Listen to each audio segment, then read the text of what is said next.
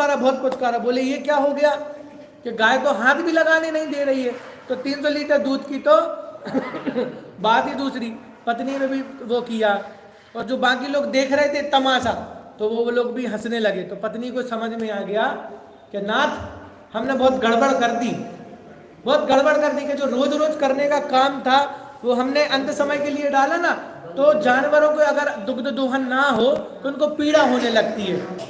तो बोले आपने महीने भर से अपन ने उसका दुग्ध दोहन नहीं किया ना, तो उसको जैसे ही ठंड पकड़ो तो उसको पीड़ा का अनुभव हो रहा है, इसलिए वो क्या कर रही है, लात मार रही। तो आप जितनी बार उसका वो करोगे उसको क्या होगा, पीड़ा का अनुभव होगा।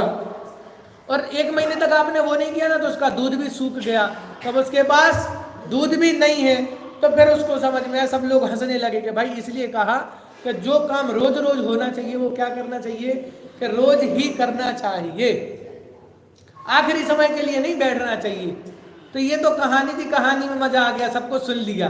बात मुद्दे पे आते हैं कि मुद्दा क्या था, कि विवेक अंजलि कृत्वा तत्पिबंती तपस्विना, कि जो मुनिराज हैं, जो तपस्वी हैं, जो ज्ञानी पुरुष हैं, वो तो क्या कर रहे हैं कि अंजलि भर भर के निरंतर उस रस का स्वादन कर रहे हैं, उस रसा स्वादन कर रहे हैं, उस आत्म तत्व का। और हमने क्या सोच के रखा है, हमने क्या सोच के रखा कि आखिरी दिन करेंगे। कोई भी काम है, कोई भी काम पूरे साल भर रह गया, क्या कर रहे हैं, आखिरी दिन करेंगे। तो बोले भैया आखिरी दिन क्या होगा, फिर लात पड़ेगी तुम्हें भी, तो तुम्हें भी भटकना पड़ेगा। इसलिए अभी अवसर है, अभी समय है, तो क्या करना कि जैसे बने तैसे क्या करते रहना है, कि भाई वो करते रहे। भाई जैसे कोई तंबाकू वगैरह खाता हो ना, लत वगैरह लगी हो, तो वो कितने भी बड़े वीआईपी फंक्शन में चला गया हो, तो वो क्या करते हैं, पुड़िया बना के ले जाते हैं, पुड़िया बना, और जैसे ही मौका मिले क्या करते हैं तुम, फटाफट से है।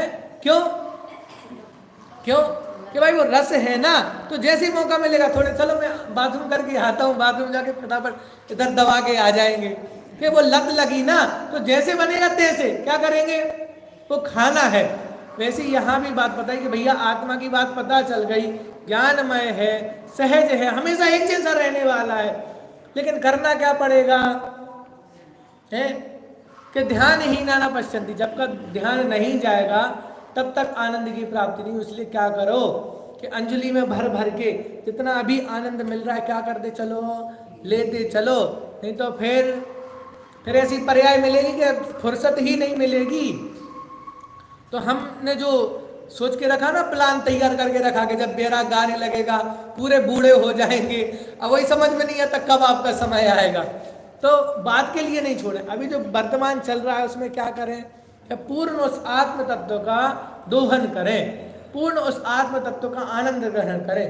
कि अगर ये अवसर चूक गया तो फिर है यह विधि गए फिर मिलन कठिन है, जो सम्यक नहीं होवे। कि अगर ये अवसर चला गया, ये समय चला गया, तो फिर पुनः प्राप्त होने वाला नहीं है। इसलिए भलाई इसमें है, समझ इसी में किसमें है कि विवेक अंजलि कृत्वा। इसलिए विवेक रूपी अंजलि बनाओ, रोज रोज क्या करो, इस आत्म तत्व का रसास्वादन करो। तो रोज रोज रसास्वादन करोगे तो फिर एक दिन ऐसा आएगा, क्या आएगा कि आप भी अनंत परमेष्टि के सदृश विराजमान होंगे, आप भी उस अनंत आनंद का भोग करेंगे। कब होगा लेकिन, जब हम निरंतर विवेक अंजलि कृत्वा, कि जब निरंतर विवेक रूपी अंजलि बनाएंगे और उस रस का रसास्वादन करेंगे। तो ऐसी अकलंक देव की भावना, एक बार हम पुनः इस छंद को पढ़ लेते हैं। निर्विकल्प समुत्पन्नम ज्ञानमेव सुधारसम विवेक मंजुलिं कृत्वा तत्पिबन्ति तपस्विना।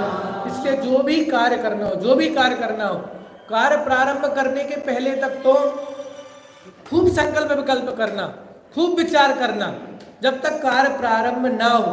लेकिन कार्य प्रारंभ हो जाए उसके बाद है, उसके बाद फिर संकल्प विकल्प नहीं करना, फिर संकल्प विकल्प नहीं करना।